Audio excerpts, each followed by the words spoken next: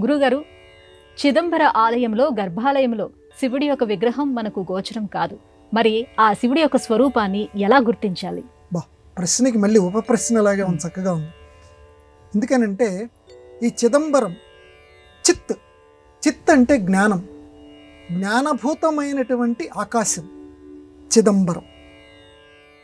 మీరన్నట్లుగా మనం మామూలుగా ఏ శివాలయానికి వెళ్తే ఒక లింగాకారం మనకు కనపడుతుంది, లేదా స్వరూప విరూప రెండు ఉంటాయి కదా ఆయన మహానుభావుడికి. అరూపం అన్నా ఉంటుంది, స్వరూపం అన్న ఉంటుంది. ఏదైనా స్వామివారి యొక్క విగ్రహం మనోహరంగా ఇంకో చోట పెడతారు. కానీ చిదంబరంలో మీకు అలాంటిది ఏది కనిపించదు. చిదంబరంలో అక్కడ దర్శనం చేసుకోమంటారు, ఒక గోడ చూపిస్తారు. ఆ గోడలో ఇదిగో ఇదే శివుడు అని చెప్తారు. శివుడు దర్శనం చేసుకోండి అంటారు. లోపల అక్కడ చూసినటువంటి వాళ్ళకి ఆయన ఏదో చెప్పాడు, కానీ అబ్బా అక్కడ శివుడు ఏమీ లేడు కదా, ఇక్కడ శివుడు ఉన్నాడంటారు. ఇంత గొప్ప శైవక్షేత్రం అంటారు చిదంబరం.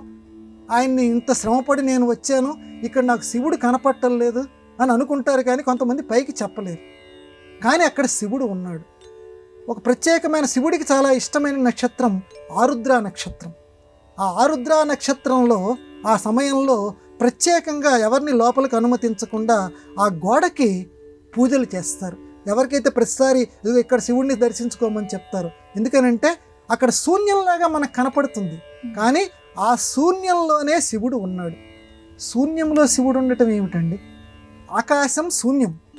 ఎందుకంటే చిత్ అంబరం, జ్ఞానం ఆకాశం. అంటే జ్ఞానం ఆకాశంలాగా బాగా పరివ్యాప్తమై ఉంటుంది. ఆకాశం లేనటువంటి ప్రదేశం లేదు. శబ్ద గుణకం ఆకాశం. ఇక్కడ చాలా విరుద్ధమైంది చూడండి. మళ్ళీ ఒక పక్కేమో ఆకాశాన్ని శూన్యం అంటున్నావు, ఏమీ లేదంటున్నావు. మళ్ళీ పంచభూతాల విషయంకి వచ్చేసరికి శబ్ద గుణకం ఆకాశం అంటున్నావు.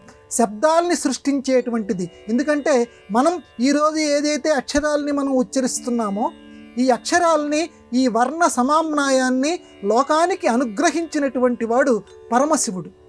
ఐవున్ రుళ్ ఏవం అయౌచ్ హయవరట్ లంగ్ యమగణనం జవై గడధస్ ఇవన్నీ కూడా విన్నాడు ఒక మహర్షి. ఆ మహర్షి పేరు పాణిని. పాణిని అనేటువంటి వాడు ఈ అక్షరాలని మొట్టమొదట విన్నాడు. ఎవరి దగ్గర నుంచి విన్నాడు? శివుడి దగ్గర నుంచి విన్నాడు. ఏ శివుడి దగ్గర నుంచి? నాట్యం చేసే శివుడి దగ్గర నుంచి విన్నాడు. ఆయన ఆ డక్క ఇలా మోగిచ్చాడట. ఇలా మోగిస్తూ ఉంటే ఒక్కొక్కటి ఇలా విదిలించాడు.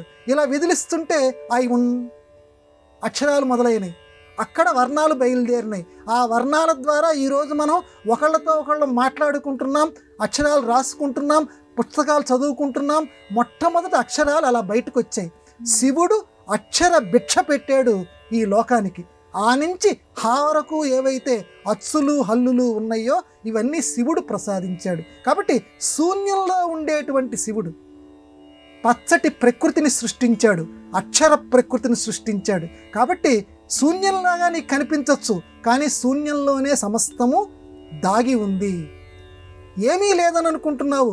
మొట్టమొదటి సృష్టికి మొట్టమొదట అంతా శూన్యమే కదా.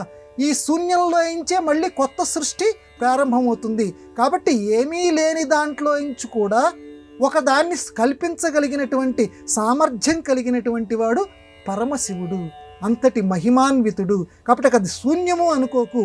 ఈ శూన్యంలో కూడా పరమశివుడు ఉన్నాడు. చిత్ అంబరము, జ్ఞానం ఆకాశంలాగా పరివ్యాప్తమై ఉంటుంది. పరమశివుడు కూడా లోపల ఉన్నాడు, బయట కూడా ఉన్నాడు అని చెప్పటానికి చిదంబరము. అక్కడ మీకు శూన్య ప్రదేశం చూపిస్తారు. అందువల్ల ఏ దేవుడికి లేనటువంటి ప్రత్యేకత. విగ్రహం అక్కడ కనిపించదు, కానీ అక్కడ శివుడు ఉన్నాడు, దర్శనం చేసుకోమంటారు. కనీసం వాయులింగం కనపడుతుంది శ్రీకాళహస్తిలో. అక్కడ కనీసం దీపాలు, అక్కడ గాలి వీస్తున్నట్లుగా అక్కడ దీపాలు కదులుతూ ఉంటాయి. చిదంబరంలో మీకు ఎటువంటి ఆనవాలు మీకు కనిపించదు. అక్కడ శివుడు ఉన్నాడంటానికి, కానీ శూన్యంలోనే ఆ మహానుభావుడు ఉన్నాడని ఇప్పుడు నేను చెప్పినటువంటి ఉపపత్తుల ద్వారా మనం గ్రహించవచ్చు. అందువల్ల ప్రతి వాళ్ళు కూడా తప్పనిసరిగా ఒక్కసారి ఆ చిదంబరాన్ని దర్శించుకొని పునీతులవుదురు గాక.